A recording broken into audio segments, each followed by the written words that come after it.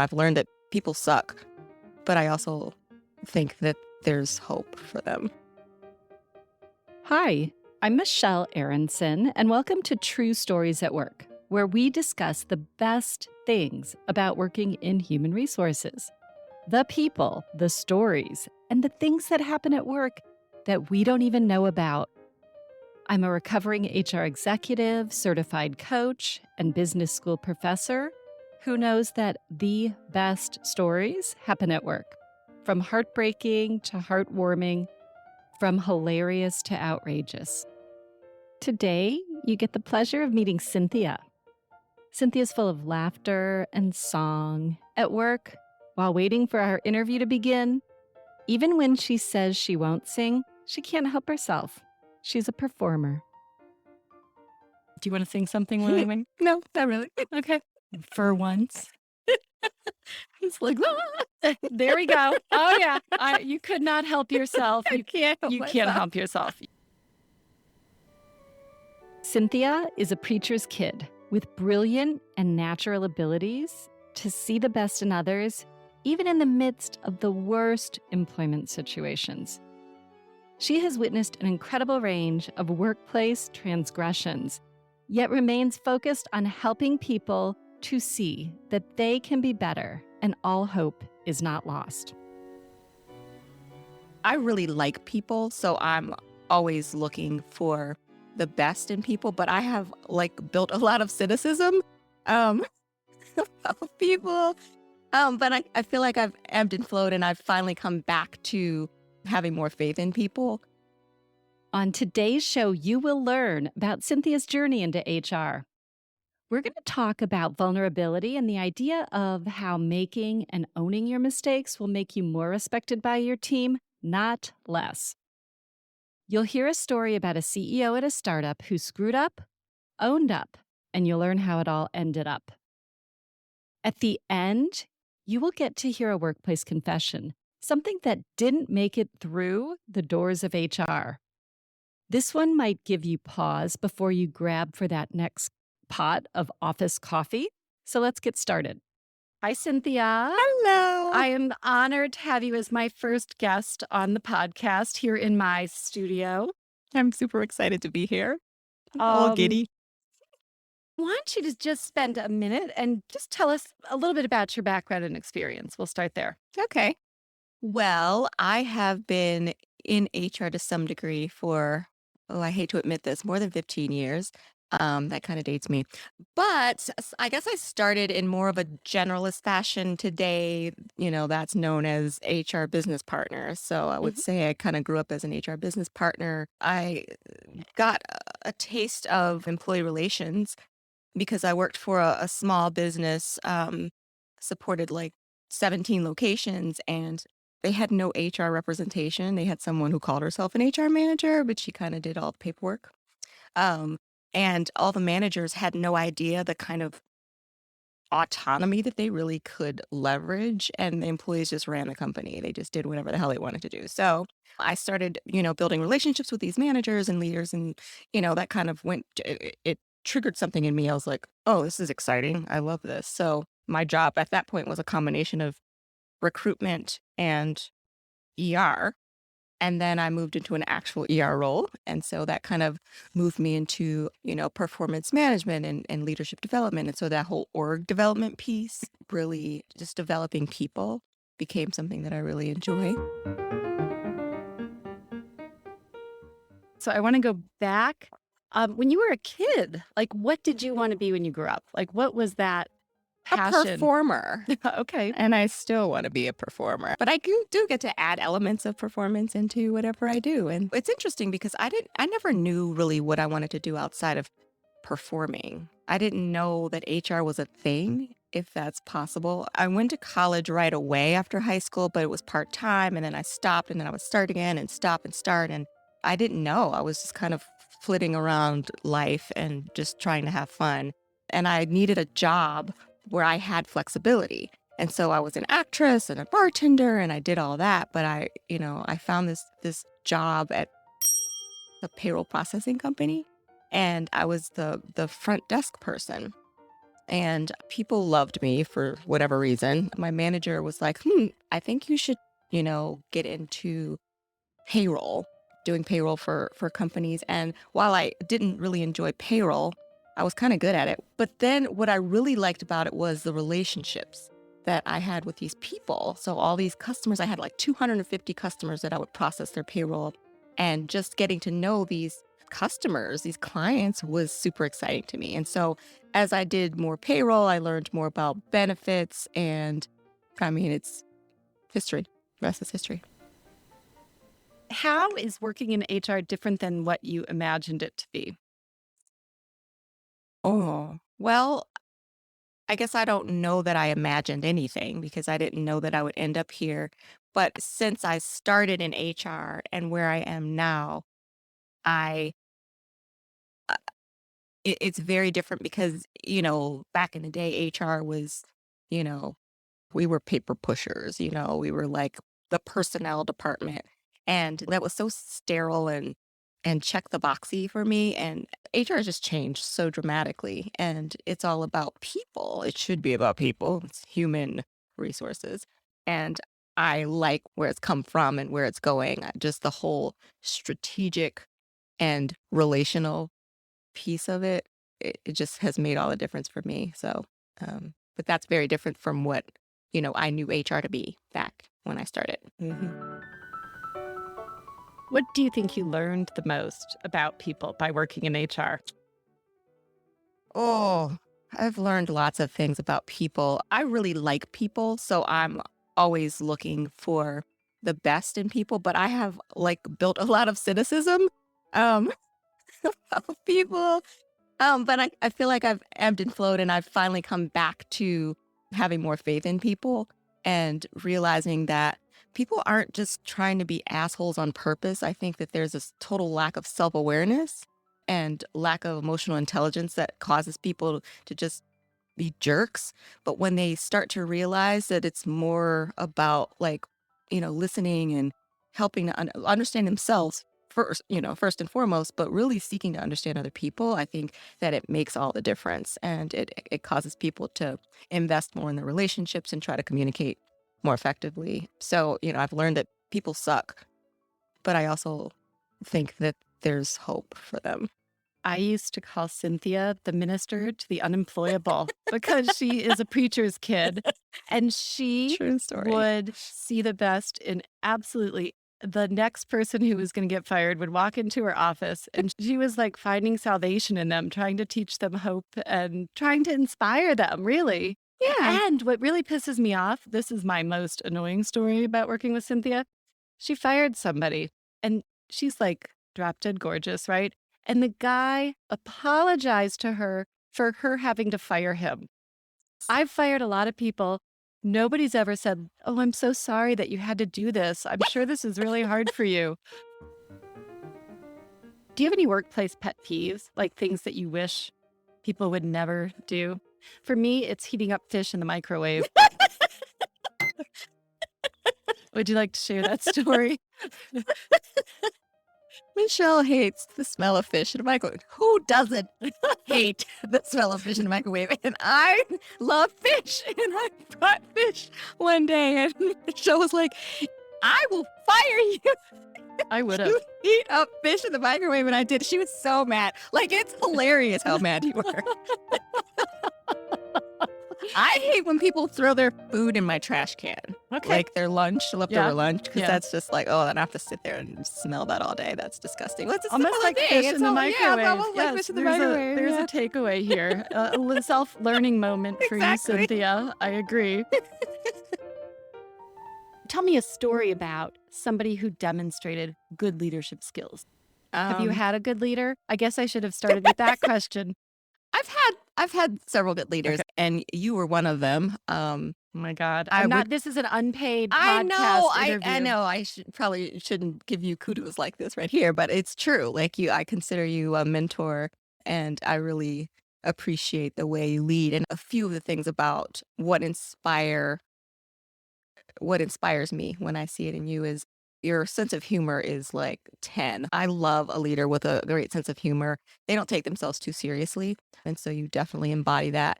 as well, someone who listens and tries to understand the full extent of what's happening and not just hearing one side. And the biggest thing, because you didn't always listen that well, but you let me fail.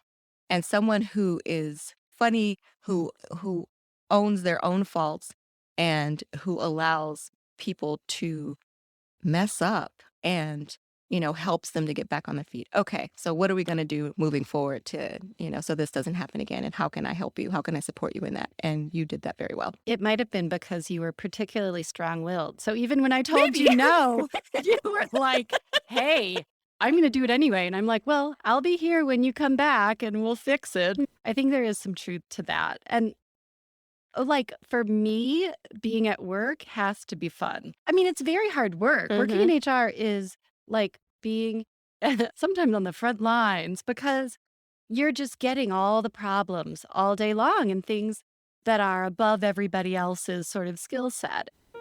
If you had a magic wand, what leadership or workplace behavior or misconduct would you fix? I would fix the lack of self-awareness and vulnerability that I see in leadership today, in people in general, because I mean, I think everybody is potentially a leader because either you're leading yourself or you're leading others. So I would fix that. And how does vulnerability show up at work? Like, what do you want to see more of? I think that authenticity, and I don't think that people just should just come and be crazy and cry and tell all their business, but I do think that some level of sharing who they are authentically. I think emotion at work is like a bad thing to a lot of people, but I think it's a great thing, and it's how you manage that emotion that's important, but I think it's an important factor that a lot of leaders are missing. They're sort of guarding themselves and, protecting themselves and their personal identity and personal lives, but I think bringing that to the workplace and in the relationships in the workplace is helpful because people trust people that they like, and they trust people who are real with them. And if you can bring your true self into your relationships, then people will know. It invites them to be authentic and vulnerable as well. And I think that's just a way better foundation for a better workplace because the relationships are better. We're humans, right? Yeah. And humans connect. So if somebody's listening and they're like, I don't even know what being vulnerable means, and I'm a Mhm. boss, and how do I do that? Like, what are one or two things that a boss of yours has done that is a good example? Asking the right questions and telling your own truth versus you're having a conversation with someone and there's a problem. How do you handle that problem? It's listening to the person, finding out what happened. And so maybe telling a personal story or admitting when they screw up, something like that. I think someone just telling a story about themselves or admitting their own failure is huge because this perception of perfection is just not reality. And if people are working with their leaders and they think that, oh, they're perfect, they've never screwed up, then that makes that person feel like, oh, I can't screw up, I can't mess up, and they're going to mess up because they're all anxious about it. I just think giving a piece of themselves, sharing truth about their own personal failures is an example. Do you have a good story about where a leader was vulnerable and it made a difference? I have quite a few stories, but a very recent one. My current um, boss, the CEO of this company, can be difficult. And he definitely has a vision for things. He doesn't always communicate as effectively. But the thing I really, really love and appreciate about him is that when he's called on something, it might take him a minute to process it, but he takes a step back and he looks at himself. He looks inside and he really considers, okay, how am I contributing to this miscommunication, this problem, what have you? And there was a particular situation that happened recently where we were in a meeting and we're on Zoom, and he was very upset at something that had happened with someone on the team, and the client was upset, and he was very angry.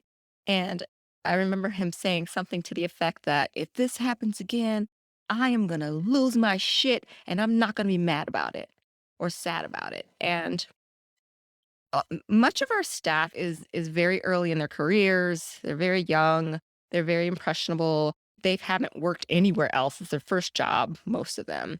And usually no one says anything. They just take it and they suck it up. I've been in quite a few positions where I've had leaders that were horrible and I always felt like I was walking on eggshells. And I know that that's what these folks were experiencing.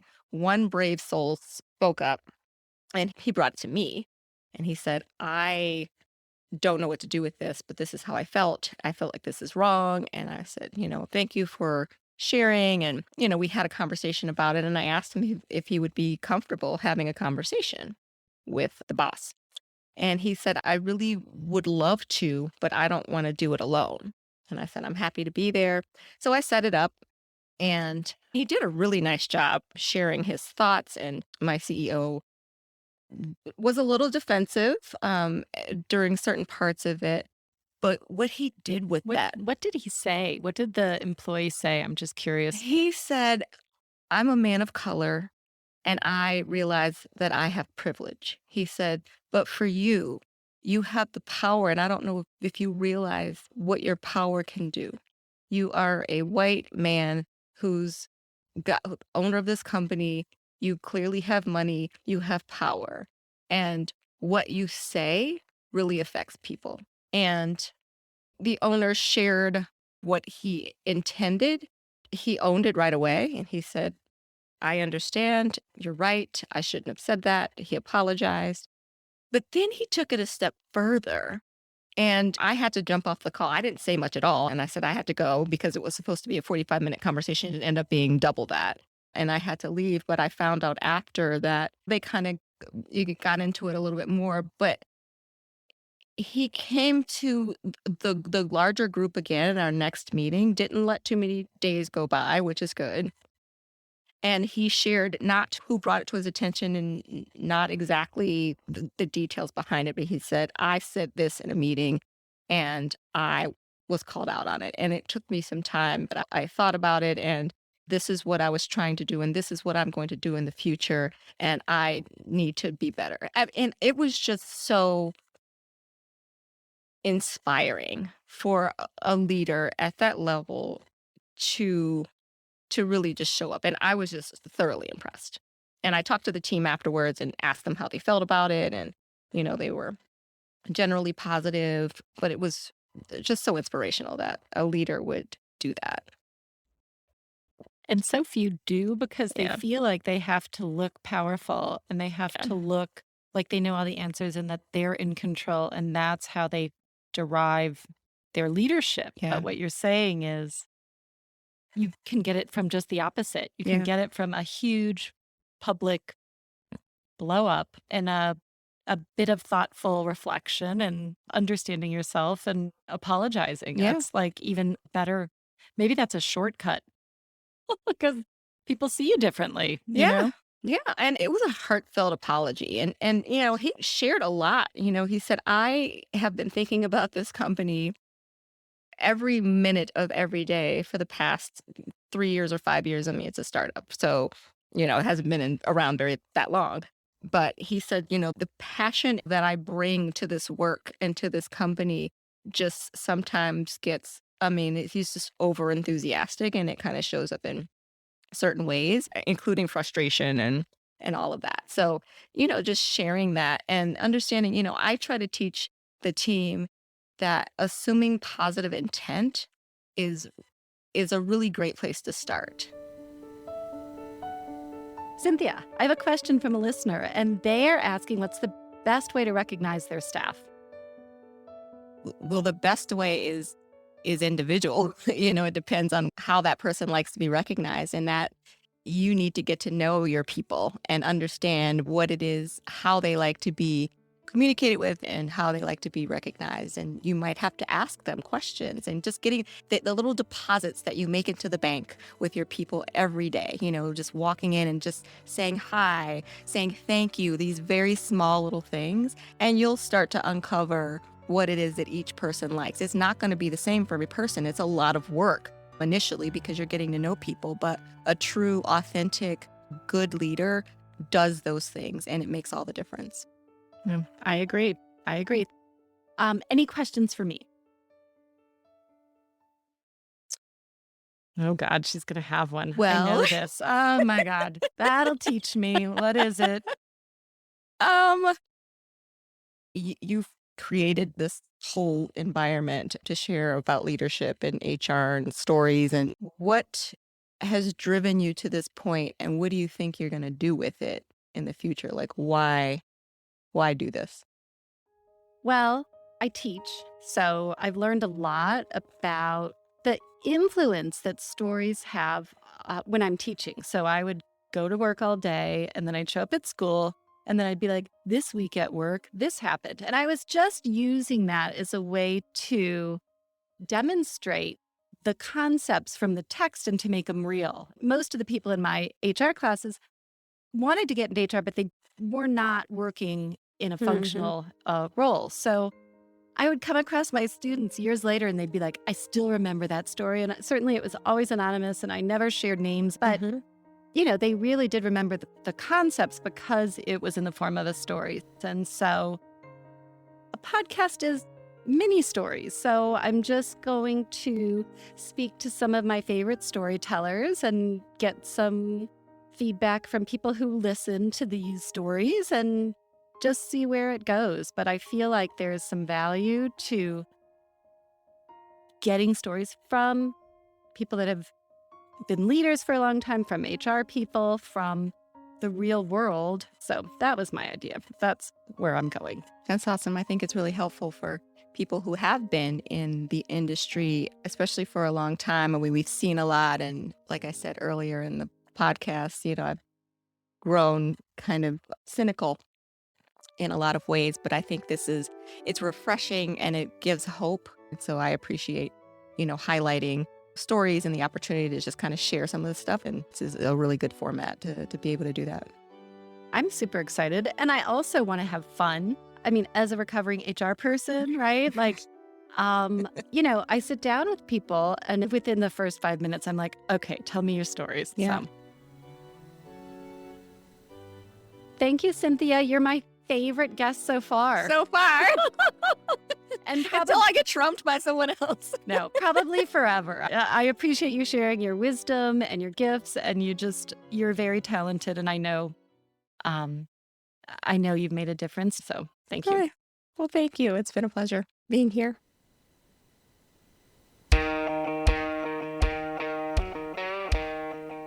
We've all done something bad at work, but here's your chance to confess. From small wrongs like borrowing office supplies to simplify your back-to-school shopping or snacking on a coworker's lunch, to the major workplace sins, the sex, drugs, and rock and roll type. Here is today's conscious clearing confession. Zoe is my best friend, and she's a brilliant engineer. The problem with brilliant people at work is that if they're not challenged, their minds are free to come up with ways to torment those around them. Zoe is particularly skilled at this, and she's also a little obsessed with April Fool's Day. So every year when I worked for this particular employer, I would get to work early plotting on what I would do to all the people that worked there. And one day in particular, I had a whole series of events planned, so I'll tell you only of the first. So there was going to be a very large meeting on this particular day. And so I got in before anyone else and decided that I would make the coffee for this meeting so that it would be ready and people would get there early looking for their coffee ready to go. So knowing that typically people will take the pot on the outside of the maker first, I filled it with all the pepper I could find in the office and then brewed the coffee. And in the second pot that was brewing, I found and added all the salt that I could find in the office, thinking that they would all take the first pot of coffee and pour it and potentially notice that there were black pepper flakes floating in the coffee and maybe not drink it or maybe not notice it and recognize that there was something wrong immediately, but they wouldn't suspect it in the second pot because they couldn't see anything floating. And they didn't. And they were dismayed. And I heard laughing and yelling. And I felt good. Stay tuned. There are more workplace confessions from Zoe, including one where coworkers retaliate for the incessant abuse. Have no fear about her ruining your coffee at work, as she is now work from home, so we can safely sip.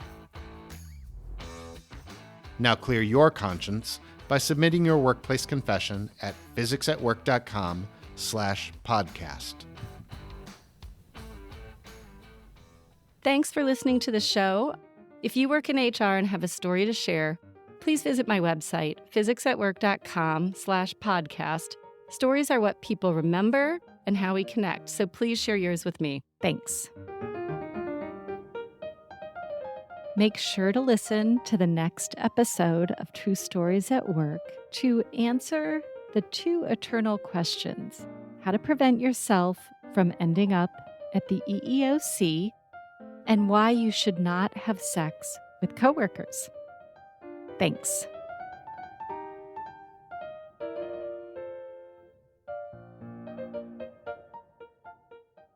A haiku poem for Cynthia. Cynthia knows that vulnerability does improve leadership.